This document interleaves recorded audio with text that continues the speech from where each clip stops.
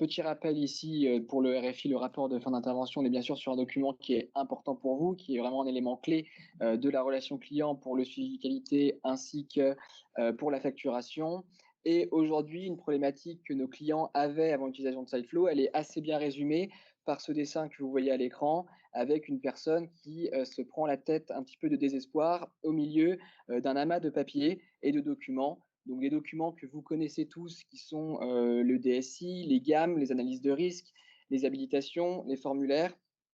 Et donc, on est sur une personne qui doit venir chercher l'ensemble de ces documents, les vérifier, s'assurer qu'ils sont conformes et ensuite les compiler, les paginer dans un document qui peut faire parfois plusieurs milliers de pages pardon, et qui représente un travail assez titanesque avec des milliers d'itérations. On va pas vous expliquer dans les faits Ouais. comment se déroulent vos processus, vous connaissez ça mieux que nous.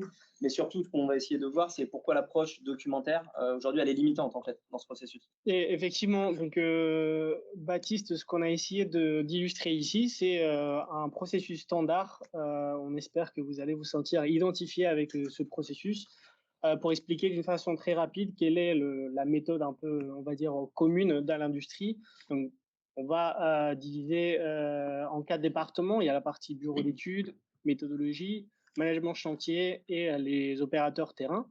Et dans un ordre chronologique, il y aura la partie bureau d'études qui va réaliser tous les notes techniques et toute la partie, on va dire, plus engineering des différents travaux. Les méthodes, ils vont générer tous les différents documents nécessaires pour la réalisation de l'intervention. On va parler du fameux dossier de réalisation de travaux, qu'une fois validé, il va partir sur le site pour être exécuté. Donc, on dit bien partir sur site parce que c'est vraiment une cassure dans la chaîne numérique. Dans un premier temps, toute la partie méthode, ils ont l'habitude de travailler avec des outils bureautiques, style Microsoft Word, Excel, PDF ou autre chose. Mais quand on part sur le terrain, en fait, on part avec des supports papier. On est obligé de tout imprimer et les gens, ils partent sur le terrain avec du papier. Dans un premier temps, on va se concentrer sur la partie préparation. On va se concentrer sur le flow. Donc là, ce que vous voyez, c'est l'interface web. Donc on va parler d'une opération de maintenance pour un groupe électrogène. Donc juste d'exemple, vous allez voir qu'on a la possibilité d'avoir nos fameux flows que vous voyez ici. Donc ce sont des standards de maintenance de 6 mois ou 24 mois. Donc c'est des opérations qui peuvent être répétitives. Et là, à gauche, dans cette arborescence, vous voyez le fameux flow.